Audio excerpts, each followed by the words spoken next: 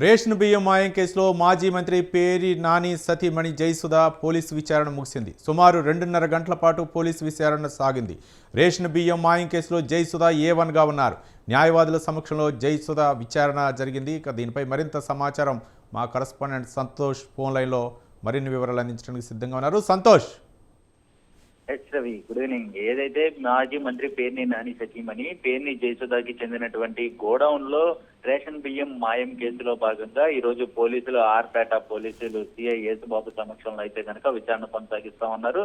ఇక ఈ విచారణకి న్యాయవాదుల సమక్షంలో అయితే గనక పేర్ని నాని సతీమణి పేర్ని జయసుధ అయితే గనక హాజరవడం జరిగింది. ఇటు ప్రధానంగా చూసుకున్నట్లయితే గనక ఈ కేసులో ఇప్పటికే A1గా ఉన్నటువంటి పేర్ని జయసుధకి ముందస్తు బెయిల్ ఇవ్వడంతో పాటు ఇక పోలీసుల విచారణకి హాజరవ్వాలంటూ కూడా ఇటు దీనికి సంబంధించినటువంటి ఆదేశాలు కూడా జారీ అవడంతో ఈ రోజు విచారణకు అయితే హాజరవడం జరిగింది. ఇక దీనికి సంబంధించి సుదీర్ఘంగా అయితే కనుక పోలీసు విచారణ చేపట్టడం కూడా జరిగింది. ప్రధానంగా ఎప్పటి నుంచి యొక్క గోడౌన్ ఈ రేషన్ కి సంబంధించినటువంటి అంశాన్ని అనేది కూడా ఇటు వీళ్ళు పరిమితిలోకి తీసుకున్నారు. అదేవిధంగా ట్రాన్సాక్షన్ చెప్పడం జరిగాయి.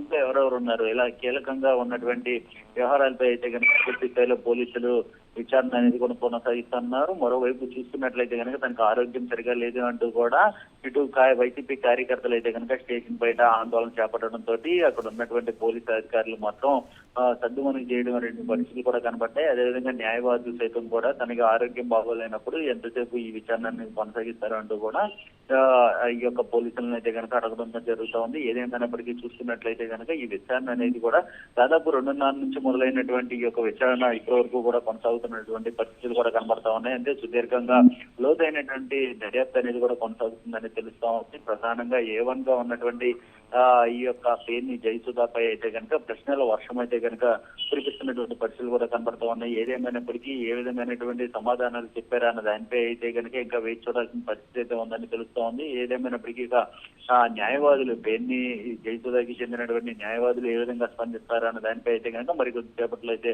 తెలియనన్నట్టు తెలుస్తా ఉంది. Right, thank you Santosh.